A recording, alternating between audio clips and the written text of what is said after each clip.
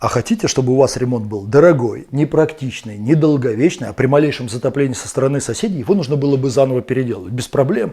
В этом случае потолок из гипсокартона – это ваш выбор. Это дорого, это долго, это очень грязно, от солнца это все желтеет, выцветает, а со временем трескается. А самое главное, это еще и вредно для вашего здоровья, потому что гипсокартон, шпаклевка, грунтовка и краска – это в десятки раз большая химия, чем даже самый дешманский натяжной потолок, не говоря о качественных. Именно поэтому в моих проектах в каждом помещении прописан тип потолка. И он всегда натяжной, отличается он только по влажным и сухим помещениям. Именно поэтому ремонт всегда нужно начинать с земс-проекта. Запомните, zems.pro. А тех, кто вот так делает, просто находите и усыпляйте. И потихоньку со временем они закончатся. До свидания.